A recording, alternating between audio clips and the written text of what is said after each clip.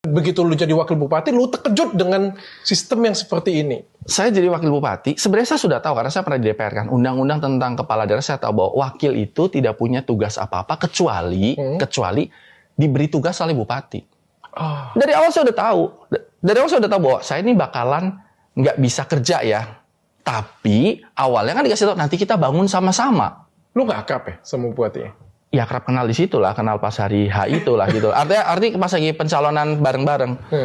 Kalau bicara bangun sama-sama, maka kan artinya saya tidak bicara minta porsi. Ini bukan bicara proyek atau apa ya, bukan artinya porsi untuk membangun sama-sama. Ada ngobrol nggak sih namanya bagi dua dong kerjaan dikit? Awalnya kan begitu. Sebelum berhenti, maksudnya sebelum berhenti. Iya, sebelum berhenti kan saya ada kok beberapa pernyataan saya kan itu untuk bahwa ayo kita, tapi ketika dibalikin enggak, kita kembali ke tupoksi saja. Tupoksi itu berarti sesuai undang-undang. Ya kalau sesuai undang-undang maka saya nggak bisa ngapa-ngapain. Nunggu aja dikasih tugas. Nunggu. Enak kan? Itu yang semua ini orang pada ngegoblokin saya itu bilang, lu kan enak lu tidur gaji buta. Gak enak sebenarnya. Dan saya ini mungkin akan kebelah dua pihak ya. Kalau misalnya sesama wakil di Indonesia mungkin akan ada dua pihak yang setuju sama saya atau mungkin menghujat saya. Saya nggak tahu lah. Artinya bilang bahwa itu berarti nggak tahu tuh tugas fungsi pokoknya wakil. Maaf, saya pernah jadi anggota DPR jadi saya tahu.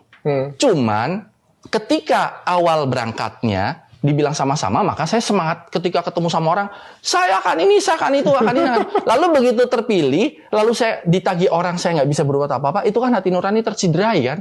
Masyarakat kan nggak mau tahu baca undang-undang nomor 23 pasal berapa. Pokoknya gue dijanjiin. Kan lu datang waktu itu ke kampung gua nih, ada jembatan rusak. Lu bilang katanya nggak dibangun. Mana bangun? Tapi saya kan wakil bupati, ya kan dulu yang datang kamu. Lu ngerasa dimanfaatin nggak sih sebagai public figure? Jujur aja. Iya, saya merasa dimanfaatkan. Popularitas saya gini. Jadi untuk menangkan pilkada itu bukan cuma popularitas.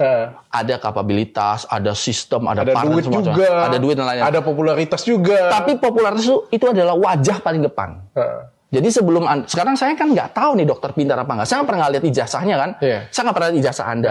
Saya tidak pernah tahu IQ Anda berapa. Bahkan tapi saya tahu dari keterkenalan Anda. Maka Dokter Richard Lee, oh ya saya tahu yang di ini kan kenal. Dia baik apa enggak saya nggak tahu. Jadi pertama terkenal dulu kan. Setelah kenal baru ternyata ngobrolnya asik. Ternyata orangnya pinter loh. Nah, visi misinya ini. Iya, tapi pertama terkenal dulu kan. Artis itu terkenal dulu.